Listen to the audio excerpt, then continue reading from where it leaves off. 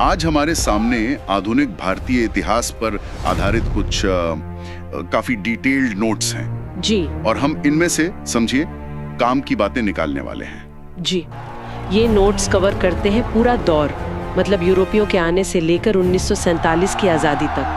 हाँ, तो हमारा मकसद है कि इन नोट्स से वो सबसे जरूरी जानकारी और क्या कहते हैं घटनाओं का जो क्रम है उसे समझें। कैसे ब्रिटिश राज की नींव पड़ी और फिर भारतीय राष्ट्रवाद कैसे जागा। बिल्कुल। तो शुरू कहाँ से करें? यूरोपीय ताकतों के आने से? हाँ, वहीं से करते हैं। सबसे पहले कौन आया? पुर्तगाली, राइट? बिल्कुल। 1498 में, और गए भी सबसे आखिर में 1961 में। सही। वास्को डिगामा का नाम तो खैर सभी जानते हैं। कालीकट पहुंचा था। ये नोट्स बताते हैं कि वो 3 बार भारत आया। 3 बार? अच्छा। और कोचीन में उसकी मौत हुई। कन्नूर में उसने पहली फैक्ट्री लगाई थी, ऐसा लिखा है। जी।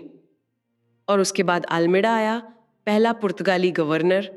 उसकी वो ब्लू वाटर पॉलिसी थी, मतलब हिंद महासागर पर कंट्रोल की कोशिश। लेकिन असली खिलाड़ी कह सकते हैं अल्बुकुक था। नोट्स कहते हैं कि उसे पुर्तगाली शक्ति का वास्तविक संस्थापक माना जाता है। अच्छा। क्यों? क्योंकि उसने 1510 में बीजापुर से गोवा छीना। ये बहुत बड़ा कदम था, और सती प्रथा खत्म करने की भी कोशिश की थी उसने। ओह, इंटरेस्टिंग। फिर नीनो दा कुन्हा ने हेडक्वार्टर कोचीन से गोवा शिफ्ट किया। जी। पुर्तगालियों के बाद फिर डच आए। कॉर्नेलिस डी हॉटमैन 1596 सुमात्रा पहुंचा। हाँ, और 1602 में उनकी डच ईस्ट इंडिया कंपनी बनी। 1605 में मसूलीपट्टनम में पहली फैक्ट्री खोली। पर उनका जोर ज्यादा इंडोनेशिया पर रहा है ना? भारत में वो अंग्रेजों से टिक नहीं पाए। बिल्कुल। 1759 में बिदारा की लड़ाई हुई अंग्रेजों से, और उसमें हार के बाद उनकी राजनीतिक कहानी भारत में समझिए खत्म ही हो गई। और फिर आए अंग्रेज। इनकी कहानी तो सबसे लंबी चली। जॉन मिल्डन हॉल 1599, फिर 1600 में महारानी एलिजाबेथ ने चार्टर दिया ईस्ट इंडिया कंपनी को। जी। फिर कैप्टन हॉकिंस जहांगीर के दरबार में आया, और कैप्टन थॉमस बेस्ट ने स्वाली में पुर्तगालियों को हराया। इससे मुगलों पर अच्छा इंप्रेशन पड़ा। हाँ, मतलब दिखाने के लिए कि हम भी पावरफुल हैं। सूरत में पहली पक्की फैक्ट्री 1613 में। सही। फिर सर थॉमस रो आए। उन्होंने जहांगीर से और रियायतें ली। गोलकुंडा के सुल्तान से सुनहरा फरमान मिला। धीरे धीरे पैर जमा रहे थे।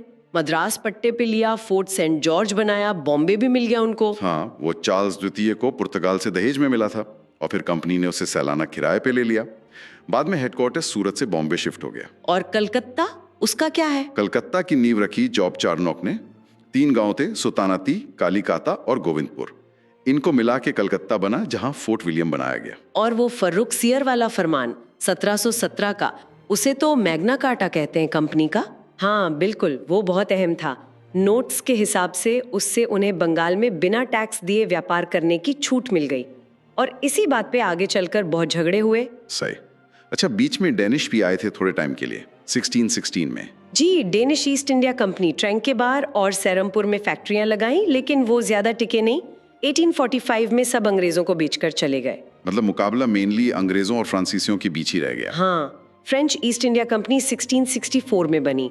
ये सरकारी कंपनी थी, ब्रिटिश वाली प्राइवेट थी। अच्छा, ये फर्क था। जी। सूरत में पहली फैक्ट्री 1668 में खोली। फिर फ्रैंको मार्टिन ने पांडिचेरी की स्थापना की, जो उनका मेन बेस बना। और उनका सबसे महत्वाकांक्षी गवर्नर दुप्ले। बिल्कुल, दुप्ले। नोट्स कहते हैं कि वो पहला यूरोपियन था जिसने भारतीय राजाओं के आपसी झगड़े में दखल देना शुरू किया। हाँ, और वो सहायक संधि वाला आइडिया भी उसी का था, जिसे बाद में वेलेस्ली ने इस्तेमाल किया। जी, उसी का था। उसने हैदराबाद के साथ इसे आजमाया भी था। यहीं से अंग्रेजों और फ्रांसीसियों की असली टक्कर शुरू होती है। हाँ, वो कर्नाटक युद्ध 3 हुए थे ना, 1746 से 63 के बीच। जी, असल में ये यूरोप में ब्रिटेन और फ्रांस के बीच जो लड़ाई चल रही थी, उसी का हिस्सा थे यहाँ। पहला युद्ध तो एक्सला चैपल संधि से खत्म हुआ, कुछ खास नतीजा नहीं निकला। सही। दूसरा युद्ध 1749-54 थोड़ा ज्यादा कॉम्प्लिकेटेड था। भारतीय रियासतों के उत्तराधिकार के झगड़ों में दोनों कूद पड़े। डुप्ले इसमें काफी एक्टिव था। लेकिन फिर पौंडीचेरी की संधि हुई और डुप्ले को वापस बुला लिया गया। हाँ, ये फ्रांसीसियों के लिए बड़ा झटका था। और फिर तीसरा युद्ध 1757-63 जो यूरोप के 7 इयर्स वॉर के साथ चला। इसमें वांडीवाश की लड़ाई 1760 बहुत डिसाइसिव थी, है ना? बिल्कुल। अंग्रेज सेनापति आयरकूट ने फ्रांसीसियों को बुरी तरह हराया। पेरिस की संधि 1763 के बाद तो फ्रांसीसी सिर्फ नाम के व्यापारी रह गए भारत में, उनकी राजनीतिक ताकत खत्म। तो दक्षिण में फ्रांसीसियों को निपटाने के बाद अंग्रेजों का फोकस बंगाल पर शिफ्ट हुआ। प्लासी की लड़ाई 23 जून 1757, इसके बारे में तो बहुत कुछ है नोट्स में। हाँ, प्लासी, ये असल में लड़ाई कम और सौदा ज्यादा था। रॉबर्ट क्लाइव ने नवाब सिराजुद्दौला को हराया। लेकिन जीत में बड़ा हाथ तो नवाब के अपने लोगों का था। मीर जाफर, राय दुर्लभ, जगत सेठ, इन सब की गद्दारी। बिल्कुल, नोट्स यही बताते हैं। प्लासी के बाद मीर जाफर को नवाब बना दिया गया इनाम के तौर पर वो तो बस एक कठपुतली। हाँ बिल्कुल, असली पावर तो कंपनी के हाथ में आ गई थी। बंगाल, बिहार, उड़ीसा में राजनीतिक दबदबा और लूट का रास्ता खुल गया। पर मीर जाफर जब पैसे नहीं दे पाया तो अंग्रेजों ने उसे हटा दिया 1760 में, और उसके दामाद मीर कासिम को नवाब बना दिया। इसे 1760 की क्रांति भी कहा गया है। जी, मीर कासिम थोड़े काबिल निकला। उसने कुछ सुधार करने की कोशिश की, राजधानी मुर्शिदाबाद से मुंगेर ले गया। अच्छा, और टैक्स सिस्टम सुधारा, फौज बनाने की कोशिश की, तोपें वगैरह बनवाई, और वो दस्तक का मिसयूज रोकने की कोशिश की। हाँ, दस्तक वो ट्रेड परमिट था जिससे कंपनी बिना टैक्स दिए व्यापार करती थी, पर कंपनी के अफसर उसे अपने निजी व्यापार के लिए भी इस्तेमाल कर रहे थे। मीर कासिम ने इसे रोकने की कोशिश की, और यही बात अंग्रेजों को चुभ गई। बिल्कुल, नतीजा हुआ बक्सर का युद्ध 22 अक्टूबर 1764। ये प्लासी से कहीं ज्यादा अहम लड़ाई थी। क्यों? क्योंकि इसमें एक तरफ कंपनी की सेना थी हेक्टर मुनरो के अंडर, और दूसरी तरफ 3 बड़ी ताकतें एक साथ थीं। कौन कौन? बंगाल का भागा हुआ नवाब मीर कासिम, अवध का नवाब शुजाउद्दौला और खुद मुगल बादशाह शाह आलम द्वितीय। और कंपनी ने इन तीनों को हरा दिया। हाँ, इसीलिए ये निर्णायक जीत थी। प्लासी ने बंगाल में दबदबा बनाया था, पर बक्सर ने कंपनी को सीधे उत्तर भारत की एक बड़ी शक्ति बना दिया। अखिल भारतीय शक्ति कह सकते हैं। बक्सर के बाद हुई इलाहाबाद की संधियां 1765 में। क्लाइव वापस आ गया था तब तक। जी, 2 संधियां हुई। पहली मुगल बादशाह शाह आलम द्वितीय के साथ। उससे कंपनी को बंगाल, बिहार और उड़ीसा की दीवानी मिल गई। दीवानी मतलब? टैक्स वसूलने का अधिकार। हाँ, रेवेन्यू कलेक्शन का राइट। बदले में बादशाह को कुछ पेंशन और इलाहाबाद और कड़ा के जिले मिले। दूसरी संधि अवध के नवाब शुजाउद्दौला से हुई। उससे हरजाना वसूला गया और कड़ा इलाहाबाद लेकर बादशाह को दे दिए गए। और इसी के बाद क्लाइव ने बंगाल में वो द्वैध शासन लागू किया, डायरकी। हाँ, ये बड़े अजीब व्यवस्था थी। मतलब टैक्स वसूलने का अधिकार और असली ताकत तो कंपनी के पास थी, लेकिन प्रशासन चलाने की, कानून व्यवस्था की जिम्मेदारी नवाब पर डाल दी। मतलब अधिकार बिना उत्तरदायित्व के। हाँ, एग्जैक्टली, और उत्तरदायित्व बिना अधिकार के। इसका नतीजा हुआ भयंकर लूट, करप्शन और अराजकता। इसे बाद में वॉरेन हेस्टिंग्स ने खत्म किया। ठीक है, अब दक्षिण में चलें। मैसूर अभी भी एक चुनौती था अंग्रेजों के लिए। हैदर अली। हाँ, हैदर अली 1761 में शासक बना। काफी काबिल था। उसने फ्रांसीसियों की मदद से डिंडीगुल में एक मॉडर्न शस्त्रागार, मतलब हथियार बनाने का कारखाना लगाया था। अंग्रेजों से उसकी बनती नहीं थी। युद्ध हुए 4 आंग्ल मैसूर युद्ध हुए टोटल। पहला 1767-69 में हैदर अली जीता। अंग्रेजों को मद्रास की संधि करनी पड़ी, जो उनके लिए अपमानजनक थी। अच्छा। दूसरा युद्ध 1780-84 चल ही रहा था कि हैदर अली की मौत हो गई कैंसर से। ये युद्ध मैंगलोर की संधि से खत्म हुआ। नतीजा लगभग बराबरी का रहा। फिर आया हैदर का बेटा टीपू सुल्तान, शेर मैसूर। नोट्स बताते हैं कि वो काफी पढ़ा लिखा और नए ख्यालों वाला था। जी, फ्रांसीसी क्रांति से बहुत प्रभावित था। श्रीरंगपट्टनम में स्वतंत्रता का पेड़ लगाया, जैकोबिन क्लब का मेंबर बना। रॉकेट तकनीक में भी उसका काम माना जाता है। फतुल मुजाहिदीन नाम का मैनुअल लिखा था उसने। विदेशों में भी एम्बेसीज खोली। हाँ, काफी इनोवेटिव था, लेकिन अंग्रेजों को वो बहुत खटकता था। उसकी फ्रांसीसियों से दोस्ती उन्हें पसंद नहीं थी। तो तीसरा युद्ध हुआ 1790-92। इसमें टीपू हार गया। हाँ, लॉर्ड कॉर्नवालिस था उस समय। श्रीरंगपट्टनम की संधि हुई। बहुत कड़ी शर्तें थीं। टीपू को अपना आधा राज्य देना पड़ा, बहुत सारा हर्जाना देना पड़ा, और अपने 2 बेटों को अंग्रेजों के पास बंधक के तौर पर भेजना पड़ा। ओह, और चौथा युद्ध 1799। उसमें तो लॉर्ड वेलेस्ली ने हमला किया। टीपू श्रीरंगपट्टनम के किले की रक्षा करते हुए मारा गया। मैसूर पर सहायक संधि थोप दी गई, और पुराना वाडियार राजवंश, जिसे हैदर ने हटाया था, उसे वापस गद्दी पर बिठा दिया गया, लेकिन वो अब अंग्रेजों के अधीन थे। तो मैसूर का चैप्टर क्लोज। अब मराठे, वो भी बड़ी ताकत थे। बिल्कुल। अंग्रेजों और मराठों के बीच भी 3 युद्ध हुए। पहला 1775-82, ये काफी लंबा चला। नाना फडणवीस उस समय काफी पावरफुल थे। युद्ध सालबाई की संधि 1782 से खत्म हुआ। इसमें कोई खास नतीजा नहीं निकला, बस यथास्थिति बनी रही। दूसरा युद्ध 1803-05 लॉर्ड वेलेस्ली के टाइम हुआ। इसमें अंग्रेज हावी रहे। सिंधिया, भोंसले, होलकर, कई बड़े मराठा सरदारों को हराया गया और उन पर सहायक संधियां थोपी गईं। और तीसरा युद्ध 1816-19, वो तो मराठा शक्ति के लिए आखिरी झटका साबित हुआ। लॉर्ड हेस्टिंग्स था उस समय गवर्नर जनरल। पेशवा बाजीराव द्वितीय को हराया गया। पेशवा का पद ही खत्म कर दिया गया और उसे पेंशन देकर बिठूर भेज दिया गया। मराठा साम्राज्य पूरी तरह बिखर गया। तो मराठी भी खत्म, अब बचा पंजाब, सिख राज्य। हाँ, महाराजा रंजीत सिंह के समय तक तो सिख राज्य काफी मजबूत था, लेकिन उनकी मौत के बाद अंदरूनी झगड़े शुरू हो गए। अंग्रेजों ने इसका फायदा उठाया। 2 युद्ध हुए सिखों के साथ भी। पहला 1845-46। जी, इसमें सिख हारे। लाहौर की संधि हुई, जिससे सिख राज्य काफी कमजोर हो गया। कश्मीर अंग्रेजों ने गुलाब सिंह को बेच दिया। और दूसरा युद्ध 1848-49। उसके बाद लॉर्ड डलहौजी ने 1849 में पंजाब को सीधे ब्रिटिश राज में मिला लिया। कोहिनूर हीरा भी वहीं से महारानी विक्टोरिया के पास पहुंचा। मतलब करीब 100 साल में प्लासी 1757 से लेकर पंजाब के विलय 1849 तक अंग्रेजों ने एक एक करके लगभग सभी भारतीय ताकतों को या तो खत्म कर दिया या अपने अधीन कर लिया। बिल्कुल।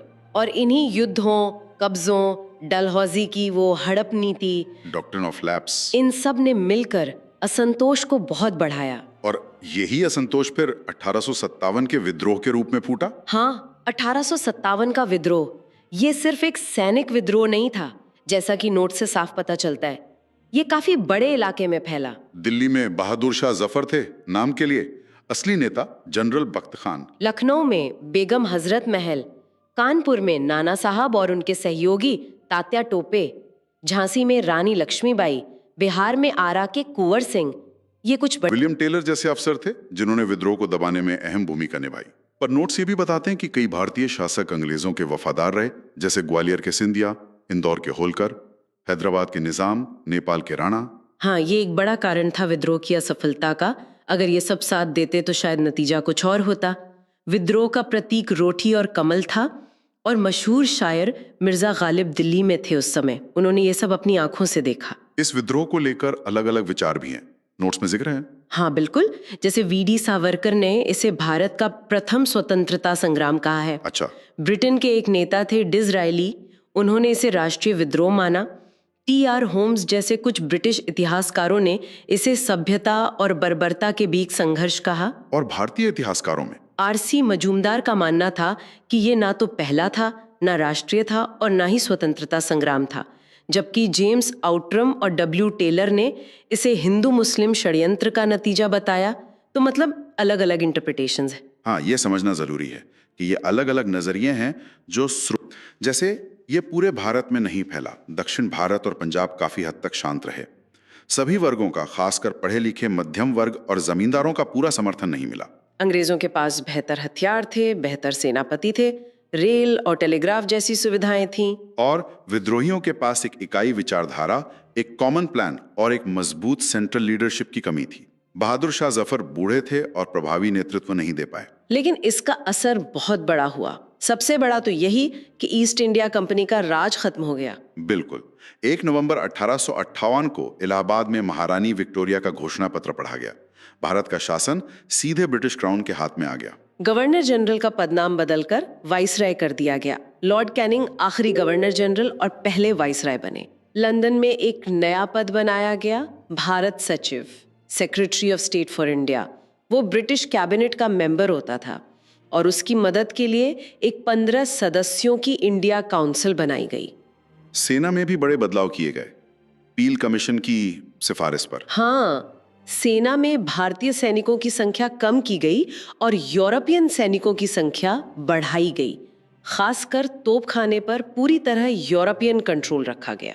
और वो लड़ाकू जातियों वाला कॉन्सेप्ट भी इसी के बाद आया। जी, जिन समुदायों ने विद्रोह में अंग्रेजों का साथ दिया था या वफादार रहे थे, जैसे सिख, गोरखा, पठान, उन्हें मार्शल रेस यानी लड़ाकू जातियां घोषित करके सेना में भर्ती में प्राथमिकता दी गई। और जिन इलाकों और समुदायों ने विद्रोह किया था, जैसे अवध के ब्राह्मण और राजपूत सैनिक, उनकी भर्ती कम कर दी गई। ये फूट डालो और राज करो की नीति का ही हिस्सा था। देसी राजाओं को भी कुछ आश्वासन दिए गए? हाँ, उन्हें भरोसा दिलाया गया कि अब उनके राज्य हड़पे नहीं जाएंगे, डलहौजी की हड़प नीति खत्म कर दी गई और उनके अधिकार, सम्मान और गौरव का ध्यान रखा जाएगा। ये भी कहा गया कि सरकार भारतीयों के धार्मिक मामलों में दखल नहीं देगी। तो 1857 के बाद ब्रिटिश राज का कैरेक्टर बदला, कंपनी के राज से क्राउन का राज आया, प्रशासनिक और सैनिक बदलाव हुए। बिल्कुल, और आर्थिक नीतियां भी बदली, मतलब शोषण का तरीका बदला। लगान वसूलने के नए सिस्टम लाए गए थे पहले ही, वो जारी रहे, जैसे महलवाड़ी व्यवस्था। ये कहाँ थी? ये उत्तर प्रदेश, मध्य भारत और पंजाब के कुछ हिस्सों में थी, करीब 30% जमीन पर। इसमें पूरे गांव या महाल के मुखिया से सरकार लगान तय करती थी। हॉल्ट मैकेंजी और मार्टिन बर्ड इससे जुड़े थे। और दूसरी थी रैयतवाड़ी व्यवस्था। हाँ, ये सबसे बड़े इलाके पर थी, करीब 51% जमीन पर। मद्रास, बम्बई, सिंध, असम, इसमें सरकार सीधे किसान यानी रैयत से लगान तय करती थी। थॉमस मुनरो और कैप्टन रीड इसके जनक माने जाते हैं। व्यवस्थाओं का किसानों पर क्या असर पड़ा? दोनों में ही लगान की दरें अक्सर बहुत ज्यादा होती थी और टैक्स कैश में देना पड़ता था। न चुका पाने पर जमीन छिन जाती थी। किसान साहूकारों के चंगुल में फंस जाते थे। उनकी हालत लगातार खराब होती गई। और इसी समय कृषि का वाणिज्यीकरण भी हुआ, मतलब कैश क्रॉप्स उगाना। जी, 19वीं सदी के उत्तरार्ध में ये तेज हुआ। किसान अब सिर्फ अपने खाने के लिए नहीं, बल्कि बाजार में बेचने के लिए फसलें उगाने लगे, जैसे कपास, नील, जूट, गन्ना, तंबाकू, चाय, कॉफी। इसके क्या कारण थे? एक तो मुद्रा अर्थव्यवस्था फैल रही थी। रेल और सड़कें बनने से माल भेजना आसान हो गया था। ब्रिटेन की इंडस्ट्रीज को कच्चे माल की जरूरत थी और ब्रिटिश पूंजी भी इसमें लगी। इसका भी किसानों पर बुरा असर पड़ा होगा। हाँ, क्योंकि अब वो बाजार के उतार चढ़ाव पर निर्भर हो गए। खाने की फसलों का उत्पादन कम होने से अकाल का खतरा भी बढ़ा और कर्ज का बोझ भी बढ़ा। इसी दौर में वो धन की निकासी यानी ड्रेन ऑफ वेल्थ की थ्योरी भी आई।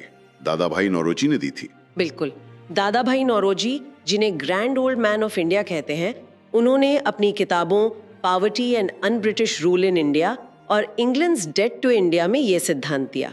क्या था ये सिद्धांत? उनका कहना था कि भारत की दौलत लगातार ब्रिटेन जा रही है, जिसके बदले भारत को कोई आर्थिक या कमर्शियल फायदा नहीं मिल रहा है। ये एक तरफा ट्रांसफर था। इसमें होम चार्जेस जैसे लंदन में इंडिया ऑफिस का खर्च, ब्रिटिश अफसरों की पेंशन, कर्जों पर ब्याज, ब्रिटिश अफसरों की मोटी तनख्वाहें और ब्रिटिश व्यापारियों का मुनाफा, ये सब शामिल था। और भी लोगों ने इस पर लिखा? हाँ, महादेव गोविंद रानाडे, रमेश चंद्र दत्त, जिन्होंने इकोनॉमिक हिस्ट्री ऑफ इंडिया लिखी, जो इस विषय पर पहली अहम किताब मानी जाती है, गोपाल कृष्ण गोखले, जी सुब्रमण्यम अय्यर, इन सब ने इस मुद्दे को उठाया। अमृत बाजार पत्रिका पहला अखबार था जिसने ड्रेन थ्योरी का विरोध किया। इस थ्योरी का असर क्या हुआ? इसने भारतीय राष्ट्रवाद को एक आर्थिक आधार दिया। लोगों को ये समझने में मदद मिली कि भारत की गरीबी की एक बड़ी वजह ब्रिटिश राज की शोषणकारी नीतियां हैं। इससे ब्रिटिश राज की नैतिकता पर सवाल खड़े हुए। अच्छा, अब बात करते हैं प्रेस और शिक्षा की। अंग्रेजों ने प्रेस को कंट्रोल करने की कोशिश की होगी। हाँ बिल्कुल, समय समय पर कानून लाए गए। सबसे कुख्यात था 1878 का vernacular press act, Lord Lytton के टाइम में। इसे मुंह बंद करने वाला एक्ट भी कहते थे। जी, क्योंकि ये खास तौर पर भारतीय भाषाओं के अखबारों पर नकेल कसने के लिए लाया गया था। अगर कोई अखबार सरकार के खिलाफ कुछ लिखता था तो उसकी प्रेस जब्त हो सकती थी। सोम प्रकाश, भारत मिहिर जैसे अखबारों पर कार्रवाई भी हुई, लेकिन इसे बाद में रद्द कर दिया गया। हाँ, अगले ही वाइसरॉय लॉर्ड रिपन ने 1882 में इसे रद्द कर दिया। रिपन को भारत में काफी उदार माना जाता है, लेकिन प्रेस पर नियंत्रण की कोशिशें बाद में भी होती रहीं, जैसे 1908-1910 में एक्ट आए। और शिक्षा के क्षेत्र में क्या हुआ? शुरुआती कोशिशें तो थीं, जैसे वॉरेन हेस्टिंग्स ने कलकत्ता मदरसा खोला, जोनाथन डंकन ने बनारस संस्कृत कॉलेज। जी, शुरुआत में प्राच्य विद्या को थोड़ा बढ़ावा दिया गया। फिर 1813 के चार्टर एक्ट में पहली बार शिक्षा के लिए सालाना 1 लाख रुपए का प्रावधान किया गया। पर खर्च कैसे हो, इस पर विवाद हो गया। हाँ, प्राच्यवादी आंग्लवादी विवाद। एक पक्ष प्राच्यवादी चाहता था कि भारतीय भाषाओं और पारंपरिक ज्ञान को बढ़ावा दिया जाए। दूसरा पक्ष आंग्लवादी, जिसका नेतृत्व मैकाले कर रहा था, वो अंग्रेजी भाषा और पश्चिमी ज्ञान विज्ञान को पढ़ाने के पक्ष में था। और जीता कौन? आंग्लवादी जीते।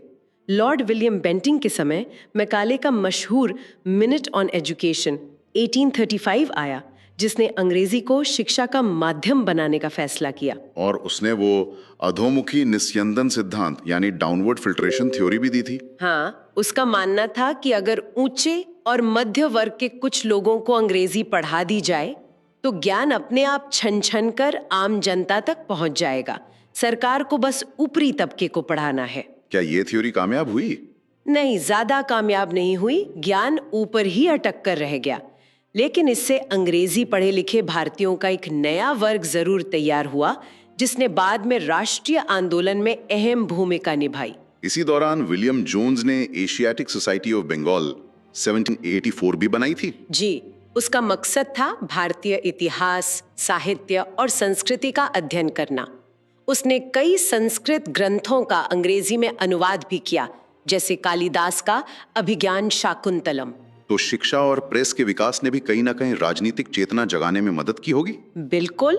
अंग्रेजी शिक्षा ने भारतीयों को पश्चिमी विचारों जैसे लोकतंत्र, राष्ट्रवाद, स्वतंत्रता से परिचित कराया, और प्रेस ने राष्ट्रीय भावनाओं को फैलाने और सरकारी नीतियों की आलोचना करने का मंच दिया। इसी पृष्ठभूमि में कांग्रेस से पहले भी कुछ राजनीतिक संगठन बने थे। हाँ, कई सारे नोट्स में लिस्ट है। जैसे 1838 में द्वारकानाथ टैगोर ने लैंड होल्डर सोसाइटी बनाई। इसे भारत का पहला राजनीतिक संगठन माना जाता है। इसका मकसद जमींदारों के हितों की रक्षा करना था। फिर बंगाल ब्रिटिश इंडिया सोसाइटी 1843 बनी। बाद में ये दोनों मिलकर ब्रिटिश इंडियन एसोसिएशन 1851 बन गई। बॉम्बे में बॉम्बे एसोसिएशन 1852, दादा भाई नौरोजी। मद्रास में मद्रास नेटिव एसोसिएशन 1852। लंदन में भी कुछ बना था। हाँ, दादा भाई नौरोजी ने लंदन इंडियन सोसाइटी 1865 और फिर ईस्ट इंडिया एसोसिएशन 1866 बनाई। इसका मकसद था ब्रिटेन की जनता और संसद को भारत की समस्याओं से अवगत कराना और भारत के पक्ष में जनमत तैयार करना। पूना सार्वजनिक सभा 1870 भी अहम थी, जिसके पीछे एमजी राणा डे थे। जी, और फिर 1875 में शिशिर कुमार घोष ने इंडियन लीग बनाई, और 1876 में सुरेंद्र नाथ बैनर्जी और आनंद मोहन बोस ने इंडियन एसोसिएशन की स्थापना की। ये कांग्रेस से पहले की सबसे महत्वपूर्ण संस्था मानी जाती है। इसने क्या काम किया? इसने सिविल सर्विस परीक्षा के मुद्दे पर आंदोलन चलाया, वर्नैक्युलर प्रेस एक्ट का विरोध किया। ये ज्यादा व्यापक आधार वाली संस्था थी।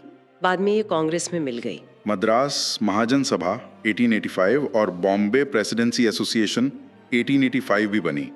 फिरोज शाह मेहता, केटी तेलंग, बदरुद्दीन तैयब जी इससे जुड़े थे।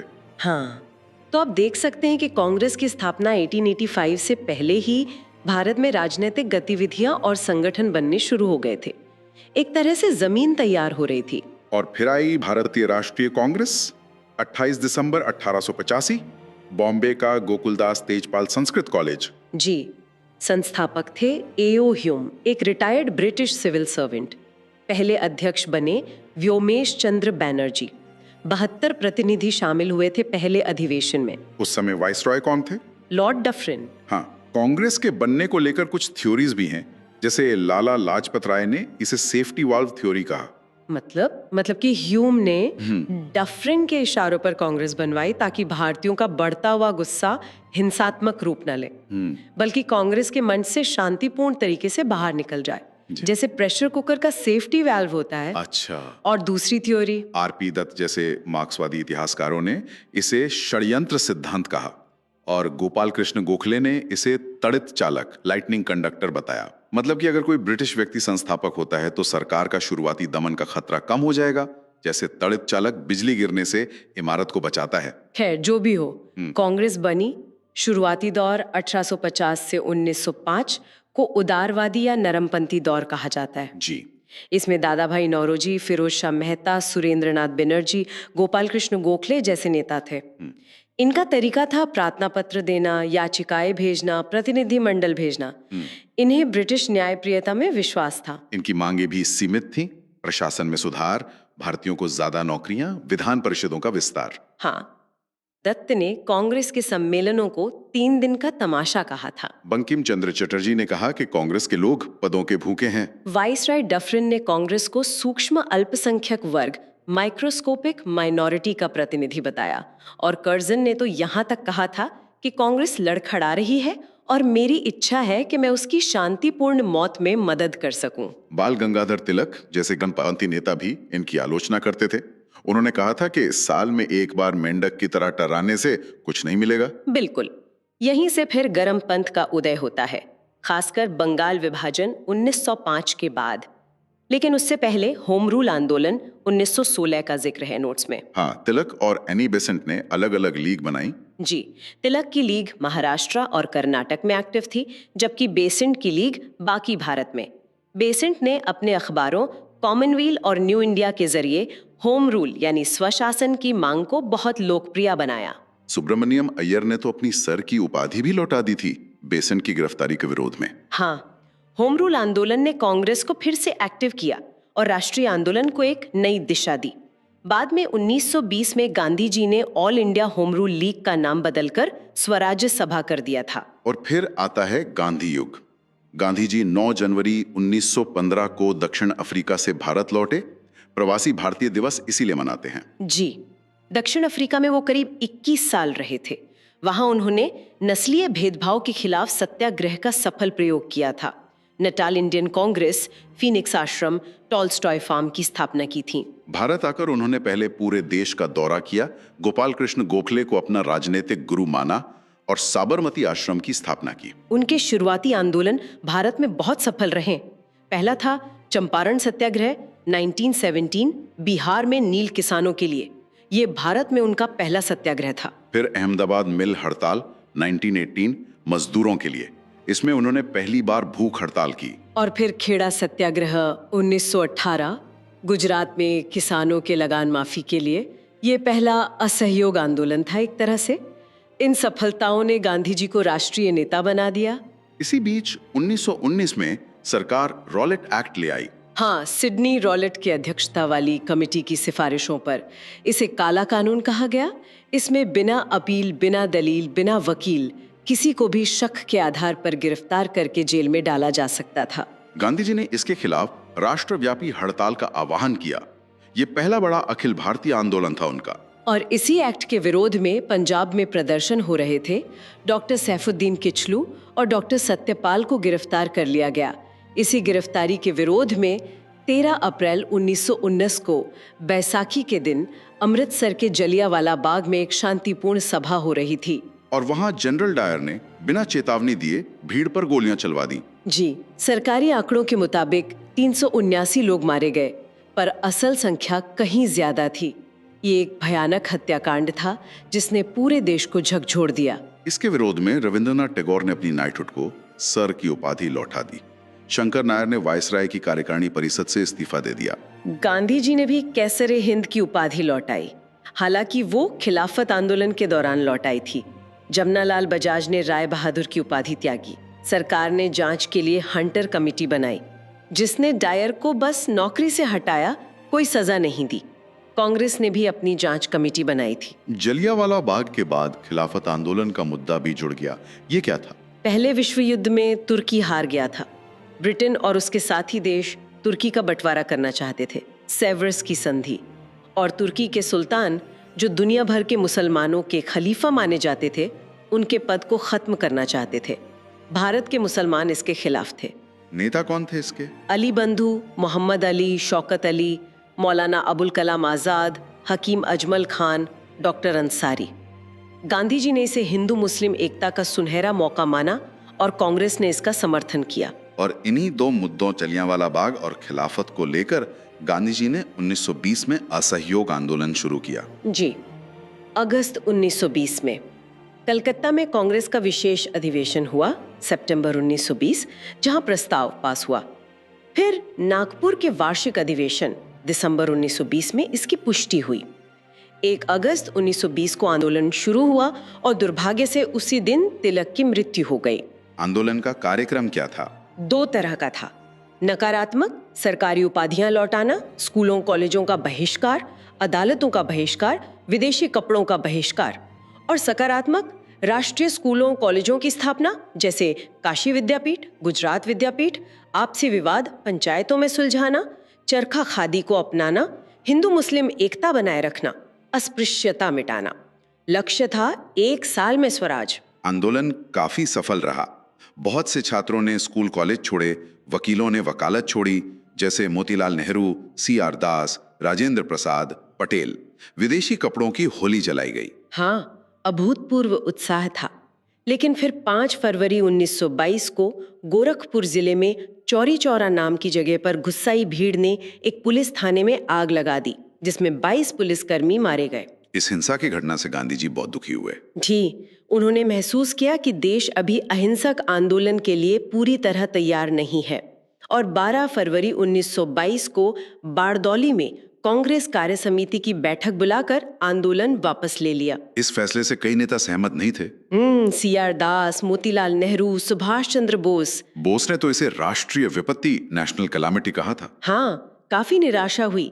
गांधी जी को मार्च 1922 में गिरफ्तार कर लिया गया और 6 साल की सजा हुई। हालांकि स्वास्थ्य कारणों से उन्हें 1924 में रिहा कर दिया गया। आंदोलन वापसी के बाद कांग्रेस में फिर मतभेद हो गए परिषदों में जाने को लेकर।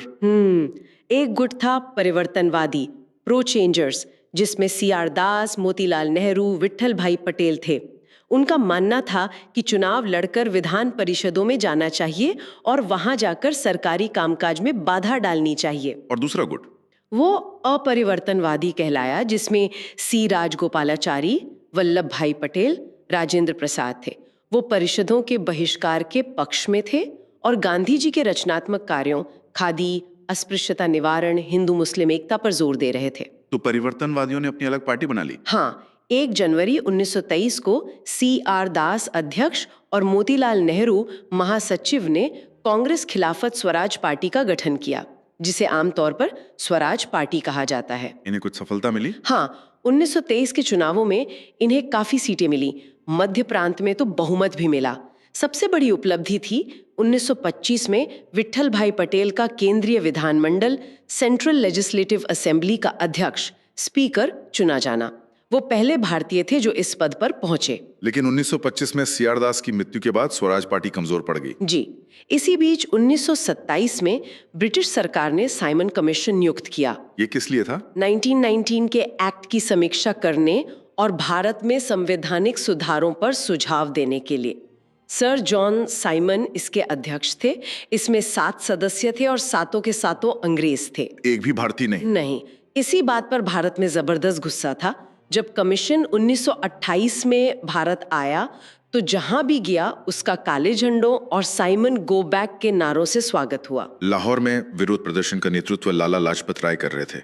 वहां पुलिस ने लाठीचार्ज किया। हाँ, लाला जी बुरी तरह घायल हुए और कुछ हफ्तों बाद उनकी मृत्यु हो गई। उन्होंने कहा था, मेरे शरीर पर पड़ी एक एक लाठी ब्रिटिश साम्राज्य के ताबूत में एक एक कील साबित होगी। साइमन कमीशन के जवाब में भारतीयों ने अपना संविधान बनाने की कोशिश की। नेहरू रिपोर्ट। हाँ, भारत सचिव लॉर्ड बर्किनहेड ने चुनौती दी थी कि भारतीय अगर एकमत होकर कोई संविधान बना सकते हैं तो बनाएं। इसी चुनौती को स्वीकार करते हुए 1928 में मोतीलाल नेहरू की अध्यक्षता में एक सर्वदलीय समिति बनी, जिसने अपनी रिपोर्ट पेश की, जिसे नेहरू रिपोर्ट कहते हैं। इसमें क्या मांगे थी? मुख्य मांग थी डोमिनियन स्टेटस, जैसे कनाडा, ऑस्ट्रेलिया को मिला था। इसके अलावा मौलिक अधिकार, केंद्र में द्विसदनीय विधायिका, प्रांतों को स्वायत्तता, धर्मनिरपेक्ष राज्य और सांप्रदायिक आधार पर पृथक निर्वाचन मंडल की जगह संयुक्त निर्वाचन प्रणाली। लेकिन मुसलमानों के लिए कुछ सीटें आरक्षित करने का प्रावधान था। लेकिन इस पर भी सब सहमत नहीं हुए, खासकर जिन्ना। हाँ, मुस्लिम लीग ने इसे अस्वीकार कर दिया। जिन्ना ने मार्च 1929 में अपने 14 सूत्र 14 पॉइंट्स पेश किए, जिनमें मुसलमानों के लिए पृथक निर्वाचन मंडल, केंद्रीय विधायिका में 1/3 प्रतिनिधित्व जैसी मांगे थीं। तो नेहरू रिपोर्ट लागू नहीं हो पाई? नहीं। कांग्रेस के अंदर भी युवा नेता जैसे जवाहरलाल नेहरू और सुभाष बोस डोमिनियन स्टेटस से खुश नहीं थे। वो वो पूर्ण स्वतंत्रता चाहते थे। इसी पृष्ठभूमि में कांग्रेस का लाहौर अधिवेशन हुआ दिसंबर 1929 में। अध्यक्ष थे जवाहरलाल नेहरू जी, ये एक ऐतिहासिक अधिवेशन था। इसमें पूर्ण स्वराज को कांग्रेस का लक्ष्य घोषित किया गया, डोमिनियन स्टेटस की मांग छोड़ दी गई और 26 जनवरी 1930 को पहला स्वतंत्रता दिवस मनाने का फैसला किया गया। हाँ, रावी नदी के तट पर आधी रात को तिरंगा फहराया गया और ये तय हुआ कि अब हर साल 26 जनवरी को स्वतंत्रता दिवस मनाया जाएगा। इसीलिए बाद में भारतीय संविधान को 26 जनवरी 1950 को लागू किया गया। लाहौर अधिवेशन में गांधी जी को सविनय अवज्ञा आंदोलन CDM शुरू करने का अधिकार भी दिया गया। जी, गांधी जी ने पहले वाइसरॉय लॉर्ड इरविन के सामने अपनी 11 सूत्री मांगे रखी। इनमें सेना के खर्च में कमी, सिविल सेवकों के वेतन में कटौती, शराब पर पाबंदी, नमक कर की समाप्ति, राजनीतिक कैदियों की रिहाई जैसी मांगे थीं। सरकार ने कोई ध्यान नहीं दिया? नहीं। तब गांधी जी ने अपनी प्रसिद्ध दांडी यात्रा शुरू की। 12 मार्च 1930 को साबरमती आश्रम से 78 अनुयायियों के साथ करीब 240 मील पैदल चलकर 6 अप्रैल 1930 को दांडी पहुंचे। नारे नमक उठाकर नमक कानून तोड़ा, यहीं से सविनय अवज्ञा आंदोलन की औपचारिक शुरुआत हुई। ये आंदोलन असहयोग आंदोलन से कैसे अलग था? असहयोग में सरकार से सहयोग न करने पर जोर था। सविनय अवज्ञा में सहयोग न करने के साथ साथ कानूनों को शांतिपूर्ण तरीके से तोड़ना भी शामिल था, जैसे नमक कानून तोड़ना, जंगल कानून तोड़ना, टैक्स न देना। ये आंदोलन भी पूरे देश में फैला? हाँ, बहुत व्यापक था। तमिलनाडु में सी राजगोपालाचारी ने तिरुचिरापल्ली से वेदारण्यम तक नमक यात्रा की। पश्चिमोत्तर सीमा प्रांत में खान अब्दुल गफ्फार खां, जिन्हें सीमांत गांधी कहते हैं, के नेतृत्व में खुदाई खिदमतगारों लाल कुर्ती दल ने आंदोलन चलाया। महिलाओं ने बड़ी संख्या में भाग लिया। सरकार ने दमन भी किया होगा? हाँ, जबरदस्त दमन हुआ। गांधी जी समेत हजारों लोग गिरफ्तार हुए, लेकिन आंदोलन चलता रहा। इसी बीच लंदन में पहला गोलमेज सम्मेलन नवंबर 1930 जनवरी 1931 हुआ, लेकिन कांग्रेस ने उसमें भाग नहीं लिया। फिर गांधी इरविन समझौता हुआ 5 मार्च 1931। जी, वाइसरॉय इरविन और गांधी जी के बीच। इसके तहत सरकार ने हिंसा के आरोपियों को छोड़कर बाकी सभी राजनीतिक कैदियों को रिहा करने, नमक बनाने का अधिकार देने पर सहमति जताई और गांधी जी ने आंदोलन स्थगित करने और दूसरे गोलमेज सम्मेलन में भाग लेने पर सहमति दी। इस समझौते का कांग्रेस के कराची अधिवेशन मार्च 1931 में अनुमोदन किया गया। इसके अध्यक्ष सरदार पटेल थे। हाँ, इसी अधिवेशन में मौलिक अधिकारों और राष्ट्रीय आर्थिक नीति पर एक महत्वपूर्ण प्रस्ताव भी पारित हुआ। हालांकि भगत सिंह, सुखदेव और राजगुरु को फांसी दिए जाने 23 मार्च 1931 के कारण युवाओं में गांधी जी के प्रति कुछ नाराजगी भी थी। गांधी जी दूसरे गोलमेज सम्मेलन सितंबर-दिसंबर 1931 में कांग्रेस के एकमात्र प्रतिनिधि के रूप में लंदन गए। जी, लेकिन वहां सांप्रदायिक समस्या पर कोई सहमति नहीं बन पाई, खासकर पृथक निर्वाचन मंडल के मुद्दे पर। अंबेडकर दलितों के लिए अलग निर्वाचन मंडल मांग रहे थे, जिन्ना मुसलमानों के लिए। सम्मेलन असफल रहा। गांधी जी निराश होकर भारत लौटे और यहां आकर देखा कि सरकार दमन चक्कर चला रही है, तो उन्होंने फिर से CDM शुरू कर दिया जनवरी 1932। हाँ, लेकिन इस बार आंदोलन में वो पहले जैसा जोश नहीं था। सरकार भी पूरी तरह तैयार थी। 1934 आते आते आंदोलन पूरी तरह समाप्त हो गया। इसी बीच ब्रिटिश प्रधानमंत्री रैमजे मैकडॉनल्ड ने अगस्त 1932 में सांप्रदायिक पंचाट कम्युनल अवार्ड की घोषणा कर दी। जी, इसमें मुसलमानों, सिखों, ईसाइयों के साथ साथ दलितों, जिन्हें डिप्रेस्ड क्लासेस कहा गया, के लिए भी पृथक निर्वाचन मंडल का प्रावधान किया गया था। गांधी जी ने इसका कड़ा विरोध किया। वो उस समय यरवदा जेल पुणे में थे।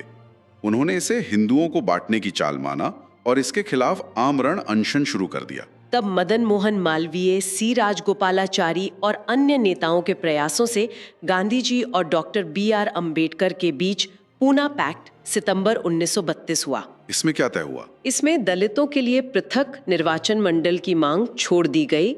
बदले में प्रांतीय विधानमंडलों में उनके लिए आरक्षित सीटों की संख्या 71 से बढ़ाकर 147 कर दी गई और केंद्रीय विधानमंडल में भी उनके लिए 18% सीटें आरक्षित की गईं। पूना पैक्ट के बाद गांधी जी सक्रिय राजनीति से कुछ हटकर हरिजन उद्धार के काम में लग गए। उन्होंने हरिजन सेवक संघ की स्थापना की, हरिजन पत्रिका निकाली और हरिजन यात्रा की। जी, ये गांधी युग का एक महत्वपूर्ण चरण था। अब कहानी तेजी से स्वतंत्रता और विभाजन की ओर बढ़ती है।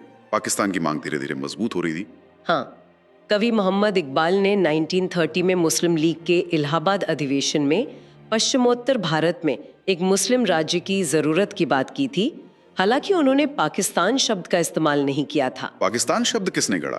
कैम्ब्रिज के एक छात्र चौधरी रहमत अली ने 1933-35 के आसपास उन्होंने पंजाब, अफगान प्रांत, कश्मीर, सिंध और बलूचिस्तान को मिलाकर पाकिस्तान नाम का एक अलग देश बनाने का विचार पेश किया। मुस्लिम लीग ने इसे कब अपनाया? 23 मार्च 1940 को मुस्लिम लीग के लाहौर अधिवेशन में वहां पाकिस्तान प्रस्ताव पारित किया गया, जिसमें भारत के मुस्लिम बहुल इलाकों को मिलाकर स्वतंत्र राज्य बनाने की मांग की गई।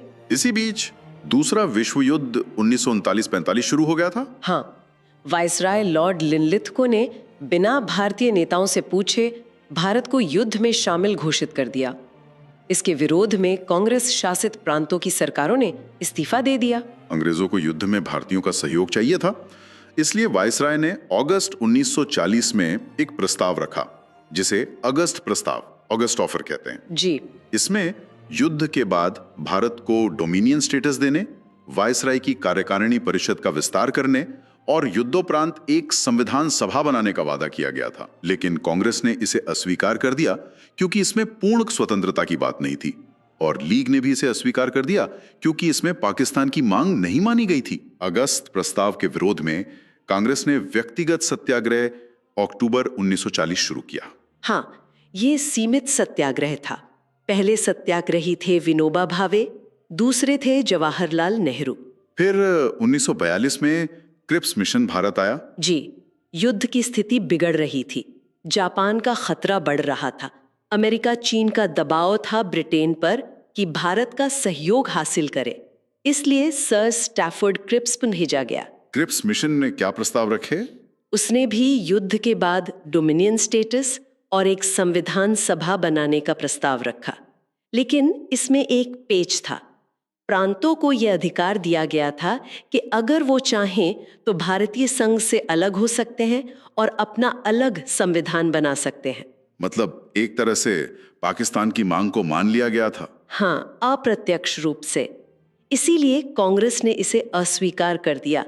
गांधी जी ने इसे एक डूबते हुए बैंक का पोस्ट डेटेड चेक कहा। मुस्लिम लीग ने भी इसे अस्वीकार कर दिया क्योंकि इसमें स्पष्ट रूप से पाकिस्तान की मांग नहीं मानी गई थी। क्रिप्स मिशन की असफलता के बाद गांधी जी ने महसूस किया कि अब अंग्रेजों को भारत छोड़ देना चाहिए, और उन्होंने भारत छोड़ो आंदोलन का प्रस्ताव रखा। जी, बॉम्बे के ग्वालियर टैंक मैदान में 8 अगस्त 1942 को कांग्रेस कमेटी ने भारत छोड़ो प्रस्ताव पारित किया। गांधी जी ने यहीं पर करो या मरो, डू और डाई का प्रसिद्ध नारा दिया। लेकिन अगली ही सुबह 9 अगस्त को ऑपरेशन जीरो आवर के तहत गांधी जी समेत सभी बड़े कांग्रेसी नेताओं को गिरफ्तार कर लिया गया। हाँ, कांग्रेस को गैर कानूनी घोषित कर दिया गया। नेताओं की गिरफ्तारी के बाद ये आंदोलन एक तरह से स्वतःस्फूर्त और नेतृत्व विहीन हो गया। जनता ने खुद कमान संभाल ली। इसमें हिंसा भी हुई। हाँ, कई जगहों पर रेल की पटरियां उखाड़ी गईं, टेलीग्राफ लाइनें काटी गईं, सरकारी इमारतों पर हमले हुए। कुछ जगहों पर समानांतर सरकारें भी बनी, जैसे बलिया उत्तर प्रदेश में चित्तू पांडे के नेतृत्व में, तामलुक बंगाल में जातीय सरकार, और सतारा महाराष्ट्र में सबसे लंबे समय तक चलने वाली प्रति सरकार। भूमिगत गतिविधियां भी चली। जी, जयप्रकाश नारायण, राम मनोहर लोहिया, अरुणा आसफ अली जैसे नेता भूमिगत रहकर आंदोलन का संचालन करते रहे। उषा मेहता ने बॉम्बे से गुप्त कांग्रेस रेडियो चलाया, जो बहुत महत्वपूर्ण था। सरकार ने आंदोलन को सख्ती से कुचल दिया। हाँ, 1944 आते आते आंदोलन लगभग समाप्त हो गया, लेकिन इसने ब्रिटिश राज की नींव हिला दी और ये स्पष्ट कर दिया कि भारतीय अब स्वतंत्रता से कम कुछ भी स्वीकार नहीं करेंगे। इसी दौरान सुभाष चंद्र बोस की गतिविधियां भी चल रही थी। वो 1941 में भारत से निकल गए थे। जी, वो जर्मनी और फिर जापान पहुंचे। वहां उन्होंने रास बिहारी बोस और कैप्टन मोहन सिंह द्वारा गठित आजाद हिंद फौज इंडियन नेशनल आर्मी (INA) का नेतृत्व संभाला जुलाई 1943। सिंगापुर में उन्होंने स्वतंत्र भारत की अस्थायी सरकार अक्टूबर 1943 बनाई। दिल्ली चलो और तुम मुझे खून दो, मैं तुम्हें आजादी दूंगा जैसे नारे दिए। हाँ, INA ने जापानी सेना के साथ मिलकर अंडमान और निकोबार द्वीपों पर कब्जा किया, जिनका नाम शहीद और स्वराज द्वीप रखा गया। फिर उन्होंने भारत की धरती पर कदम रखा और इम्फाल और कोहिमा तक पहुंच गए। लेकिन फिर जापान की हार के साथ INA का अभियान रुक गया।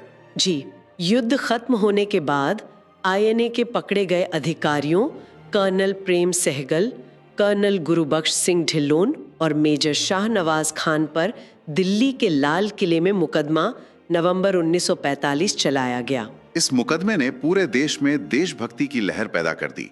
भूला भाई देसाई के नेतृत्व में बचाव पक्ष ने जबरदस्त पैरवी की। हाँ, अदालत ने उन्हें दोषी पाया, लेकिन जनता के भारी दबाव और सेना में असंतोष की आशंका को देखते हुए वायसरॉय लॉर्ड वेविल ने अपनी विशेष शक्तियों का इस्तेमाल करके उनकी सजा माफ कर दी। युद्ध के बाद भारत में राजनीतिक गतिरोध तोड़ने के लिए फिर से कोशिशें हुई।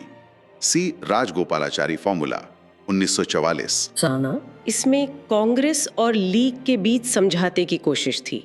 इसमें कहा गया कि लीग पहले कांग्रेस के साथ मिलकर स्वतंत्रता की मांग करे और युद्ध के बाद मुस्लिम बहुल इलाकों में जनमत संग्रह कराया जाए कि वो अलग होना चाहते हैं या नहीं। जी। जिन्ना ने इसे अस्वीकार कर दिया। फिर देसाई लियाकत समझौता 1945 हुआ, कांग्रेस के भूला भाई देसाई और लीग के लियाकत अली खान के बीच। जी। इसमें केंद्र में अंतरिम सरकार में कांग्रेस और लीग को बराबर प्रतिनिधित्व देने की बात थी। ये भी असफल रहा। फिर वाइसरॉय वेविल ने शिमला सम्मेलन जून 1945 बुलाया। हाँ, इसमें भी वायसराय की कार्यकारिणी परिषद में हिंदुओं और मुसलमानों को बराबर प्रतिनिधित्व देने का प्रस्ताव था, लेकिन जिन्ना इस बात पर अड़ गए कि सभी मुस्लिम सदस्य मुस्लिम लीग से ही लिए जाएंगे। कांग्रेस इसके लिए तैयार नहीं थी, क्योंकि वो खुद को सभी समुदायों की प्रतिनिधि मानती थी। सम्मेलन विफल हो गया। 1945 में ब्रिटेन में चुनाव हुए और लेबर पार्टी की सरकार बनी। क्लेमेंट एटली प्रधानमंत्री बने। जी, लेबर पार्टी भारत की स्वतंत्रता के प्रति सहानुभूति रखती थी। 1946 में एटली सरकार ने भारत में संवैधानिक गतिरोध को हल करने के लिए एक उच्च स्तरीय कैबिनेट मिशन भेजा। इसमें कौन कौन थे? 3 सदस्य थे। भारत सचिव लॉर्ड पैथिक लॉरेंस अध्यक्ष, व्यापार बोर्ड के अध्यक्ष सर स्टैफोर्ड क्रिप्स और नौसेना प्रमुख A.V. अलेक्जेंडर। कैबिनेट मिशन ने क्या योजना दी मई 1946? इसने पाकिस्तान की मांग को अव्यावहारिक बताते हुए खारिज कर दिया, लेकिन इसने प्रांतों को 3 समूहों ग्रुप्स में बांटने का प्रस्ताव रखा। ग्रुप A हिंदू बहुल प्रांत, ग्रुप B मुस्लिम बहुल पश्चिमोत्तर प्रांत और ग्रुप C मुस्लिम बहुल पूर्वोत्तर प्रांत, बंगाल, असम। और क्या था योजना में? एक कमजोर केंद्र सरकार का प्रस्ताव था, जिसके पास केवल रक्षा, विदेश मामले और संचार जैसे विषय हों। बाकी सभी शक्तियां प्रांतों के पास हों।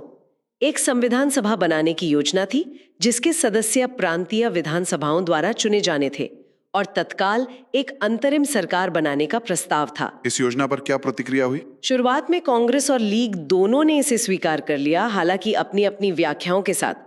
लेकिन बाद में जब नेहरू ने कहा कि कांग्रेस संविधान सभा में जाने के लिए स्वतंत्र है और वो ग्रुपिंग वाली बात मानने को बाध्य नहीं है, तो जिन्ना भड़क गए और लीग ने अपनी स्वीकृति वापस ले ली। हाँ, लीग ने कैबिनेट मिशन योजना को स्वीकार कर दिया और पाकिस्तान हासिल करने के लिए प्रत्यक्ष कार्यवाही डायरेक्ट एक्शन का आह्वान किया। 16 अगस्त 1946 को प्रत्यक्ष कार्यवाही दिवस मनाया गया। इसके बाद कलकत्ता और देश के कई हिस्सों में भयानक सांप्रदायिक दंगे भड़क उठे। जी, हजारों लोग मारे गए, माहौल बहुत खराब हो गया। इसी बीच 2 सितंबर 1946 को जवाहरलाल नेहरू के नेतृत्व में अंतरिम सरकार का गठन हुआ।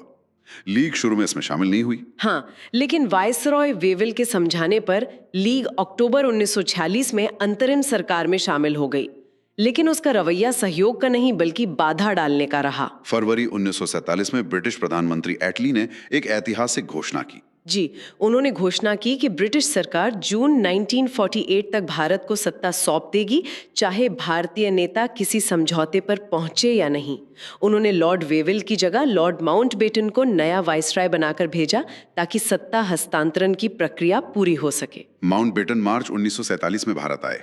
उन्होंने तेजी से नेताओं से बातचीत की। हाँ, उन्होंने जल्दी ये समझ लिया कि देश में हालात बहुत बिगड़ चुके हैं और विभाजन को टालना अब लगभग नामुमकिन है। उन्होंने विभाजन की एक योजना तैयार की। 3 जून 1947 को माउंटबेटन योजना, जिसे 3 जून योजना या डिकी बर्ड प्लान भी कहते हैं, प्रस्तुत की गई। जी, इसमें भारत को 2 डोमिनियन भारत और पाकिस्तान में बांटने का प्रस्ताव था।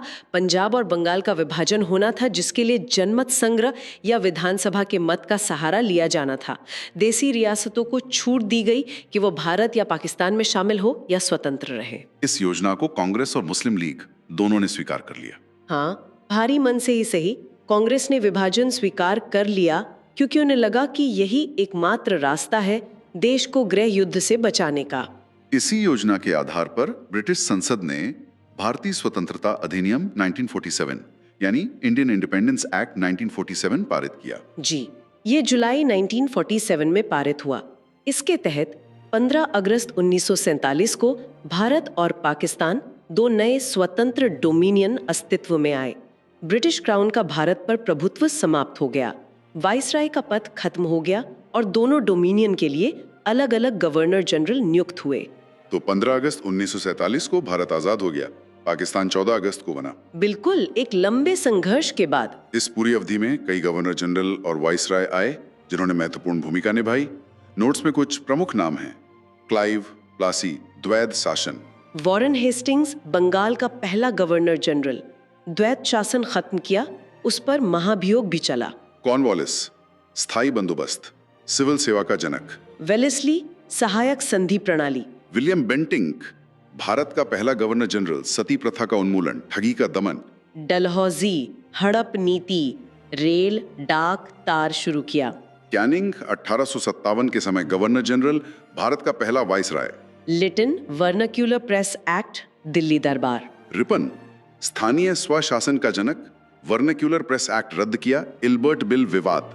कर्जन, बंगाल का विभाजन, पुरातत्व विभाग की स्थापना। मिंटो द्वितीय, मोर्ले मिंटो सुधार, पृथक निर्वाचन मंडल। हार्डिंग द्वितीय, राजधानी कैलकाटा से दिल्ली स्थानांतरित, 1911, दिल्ली दरबार। चेम्सफोर्ड, मॉन्टेग्यू चेम्सफोर्ड सुधार, 1919 act, Rowlatt act, Jallianwala Bagh. Irwin, Simon commission, Gandhi Irwin pact. Linlithgow, द्वितीय विश्व युद्ध, अगस्त प्रस्ताव, भारत छोड़ो आंदोलन। वेविल, शिमला सम्मेलन, कैबिनेट मिशन। और माउंटबेटन, विभाजन योजना, स्वतंत्रता। हाँ, ये कुछ मुख्य नाम हैं।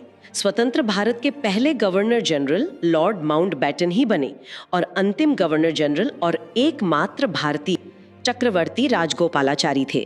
तो ये थी आधुनिक भारतीय इतिहास की वो कहानी जो इन नोट से उभर कर सामने आती है। यूरोपियों के आने से लेकर उनके संघर्ष, फिर ब्रिटिश राज की स्थापना, उसका विस्तार, उसके खिलाफ विद्रोह, राष्ट्रीय आंदोलन का उदय और विकास, और आखिरकार स्वतंत्रता और विभाजन तक का सफर। बिल्कुल, और ये नोट्स ये भी दिखाते हैं कि ये कहानी कितनी जटिल और बहुस्तरीय है। इसमें आर्थिक हित हैं, राजनीतिक महत्वाकांक्षाएं हैं, सामाजिक और धार्मिक सुधार हैं, और सबसे बढ़कर राष्ट्रवाद की एक शक्तिशाली लहर है जो धीरे धीरे उठी और अंत में ब्रिटिश साम्राज्य को उखाड़ फेंका। हाँ, सब कुछ आपस में कैसे गुंधा हुआ है। अंत में एक सवाल जो इन नोट्स को देखकर मन में आता है सोचने के लिए, इतिहास में इतने सारे निर्णायक मोड़ आए, कोई युद्ध, कोई संधि, कोई नीतिगत फैसला, जैसे प्लासी, बक्सर, सहायक संधि, 1857, बंगाल विभाजन, गांधी का कोई आंदोलन वापस लेना, कैबिनेट मिशन। सोचिए, अगर इनमें से किसी एक का नतीजा अलग होता, मान लीजिए अगर फ्रांसीसी कर्नाटक युद्ध जीत जाते, या 1857 का विद्रोह सफल हो जाता, या कैबिनेट मिशन योजना सफल हो जाती और विभाजन टल जाता, जैसा कि ये स्रोत बताते हैं, अगर ऐसा कुछ होता तो आज का भारत या शायद दुनिया का नक्शा ही कितना अलग होता। हाँ, ये सोचने वाली बात है। इतिहास अगर मगर से नहीं चलता, पर ऐसे सवाल हमें उन विकल्पों और संभावनाओं के बारे में सोचने पर मजबूर करते हैं जो उस समय मौजूद थे। बिल्कुल। तो आज के लिए बस